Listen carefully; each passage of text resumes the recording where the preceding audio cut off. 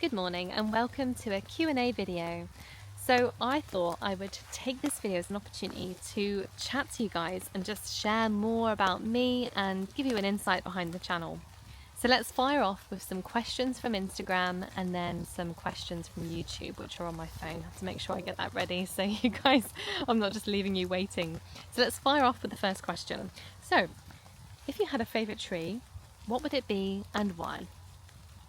I'd have to say the silver birch tree is my favourite tree because in autumn it has these gorgeous golden medallion leaves, and then in the winter you've got that snow white bark which photographs really well. So yeah, I think the silver birch has to be my favourite tree. Next is, a few months ago you felt as though you had to film everything. It seemed less enjoyable. How do you feel now? I'd say I've definitely come through the other side of a creative burnout and I feel so good now. I think leaving my job helped. I was kind of in limbo with whether or not to leave. So I think when you need to make a decision about something that's so big, like a 15-year career, it can have an impact on all the other things in your life. But as soon as I made a decision, I've felt lifted, and it's opened up all creative opportunities for me. So yeah, feeling good now, enjoying filming and producing regular videos, which is a win. Do you have any equipment you bring with you as just in case but never use? No, I feel like I'm very streamlined because I've got my son with me. I have to be quite efficient and lightweight because he's getting heavier and heavier. But one thing I do is have a bulk stash of kit in my car as like a base point that I can return to. And on my backpack, I'll always have a multi-tool and a cloth to wipe down the camera in case it's wet. So yeah, definitely advise having a multi-tool. It's an absolute lifesaver when things break. If you could spend a week anywhere shooting in the world, where would it be? Oh, that's a good one. Oh, I really love the UK so much, but anywhere in the world, I'll take the opportunity to go to Patagonia because I just think it's a really beautiful part of the world, with the trees, the mountains. It would be an amazing experience. How do you see the world through photography for you and your son Aaron? I would say that I now see the world through a child's eyes. Everything is new and exciting. Everything is just wonderful, and it's made me slow down and look at the details of the landscape more because I'm teaching him. So it could be the sound of the bird or the texture of the bark, and it's made me think and look and go, oh yeah, sound of birds, and look at that cool texture on the bark, or look at the lichen. It's just opened up my mind so much and made me really look at and take attention to detail in the landscape. So yeah, definitely has been a positive influence in my life. Is there a type of photography that you're yet to try and that you'd like to give a go? Yeah, there's a few actually. I'd say I am yet to try doing some film photography. I'd like to try that maybe in a few years once I've got the budget for another camera. And I'd like to do more fine art and artistic style woodland and intimate landscape woodland photography. So getting really close and in depth to the woodland. And I've had to just adjust because I can't get to the mountains as easily. I can't hike up with my son on my back for hours on end. I can only do local, I can only really do woodlands. And that has reflected in my photography. And it's made me just look closer and do more of the intimate landscape. So expect to see a lot more of those types of videos coming up soon. In particular, my mushroom macro plan, which is coming together. I've got a macro lens on its way. I am meeting family tomorrow to collect a macro lens. I looked at hire and that just sent me down a rabbit hole of expense that I just can't afford. So macro photography coming soon. What's next? Oh, will you try out more techniques like ICM or long exposure woodland? 100% yes. I really want to try more fine art and expressive photography, and I think that will incorporate into the techniques such as long exposure and ICM. Blending images I think will be really beautiful, but also long exposures during wet, wintry conditions, I think, would be very true and very raw of the season. So I want to capture this coming winter in all conditions. I want to go out when it's like gnarly and rainy, like it is today, and just capture some beautiful images if I can, and just capture the realness of the weather and the season. Right, so the last questions are on my phone. What has pushed you to take the steps you have in helping others and quitting your job? What mindset do you allow for towards the future? Are you worried about the lows at all? I would say what's pushed me. I'd say I have been pushed towards this mindset of sort of mindful photography and quitting my job because it's always been there. It's always been part of who I am. And I'm just now, I think, bold enough and confident enough, just with age, to just say, do you know what? This is what I believe in, and this is how I've always thought. This is who I am, and I'm just going to go for it. Whereas before, when I was younger, I probably didn't feel as confident, was maybe worried about losing followers and subscribers. Whereas now, I guess I don't really care about that as much anymore. It's part of like the wider picture of making a difference to people, which is the whole reason I've always done jobs and things in my life where it's been making a difference to other people.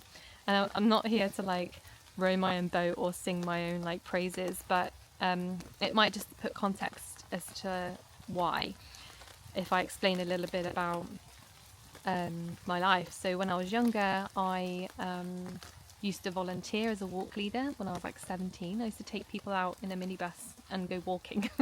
And then I did volunteering in a hospital, made the tea rounds for everyone. And I've always done things just to help make a difference to other people. There's always been, I think it's just in my makeup, to get enjoyment through helping others. So I guess I just wanted to continue to help others, but through photography, it just kind of felt like a natural progression into that. And so yeah, that was the change of mindset. And am I prepared for the highs and lows? I guess. I think I've got enough support around me from various people, friends and family. So yeah, I've just approached it with an open mindset, have zero expectations, and just, yeah, like open-hearted, open-minded, collaborative, connective with people. And one bit of advice I gave a couple of people through various conversations in Instagram is, just enjoy the process. Like, you may want to like get to this point in your photography, whether that's, I don't know, writing a book or having an exhibition or having enough following, a certain amount of followers on either Instagram or YouTube or wherever your vision is that you feel like you want to get to. Just make sure you're having fun and you just enjoy the process and don't get too hung up on the numbers. Just from me, and I'm from a lot of photographers probably that are on social media, is sometimes you release a video and it'll just have like no views, and it's easy to feel like, oh, you're putting all this time and effort and all your free time, all your evenings every week, all of your free time doing this, and then it flops. And it sometimes can feel a bit personal, and you can get in your own head of being like, damn it, what did I do wrong? Why wasn't this good enough? Like, am I good enough? And then I've just learned to like stop at that point and say, oh, this hasn't done as well. Whatever. That's fine. It doesn't mean anything. It's just an algorithm. And if I enjoyed filming the video and if I got some good shots, that's what is measurable to me. What is measurable is my perception of my work, not an algorithm. So yeah, don't fall into that habit. So yeah, I feel like pretty relaxed and prepared for the ups and downs of this change in my business or this change in my photography. So yeah, next question. The pros and cons of pre-visualization and preconceived ideas when going out. I would say it's really good to have a plan or have like a vision of what you want to do. The only con of that is you sometimes get a bit blinkered. And my advice would be go out and have an open mindset.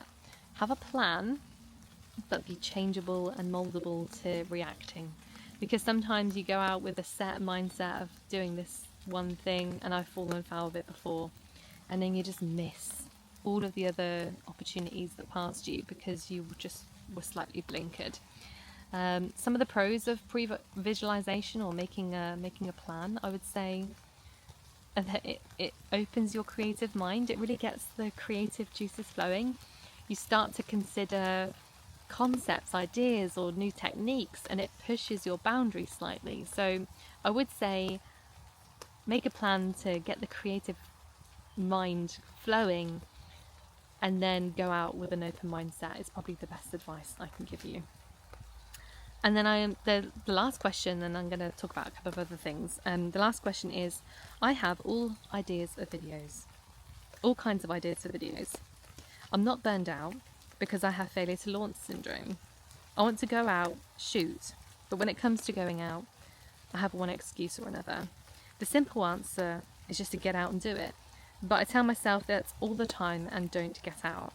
Any advice besides just get out?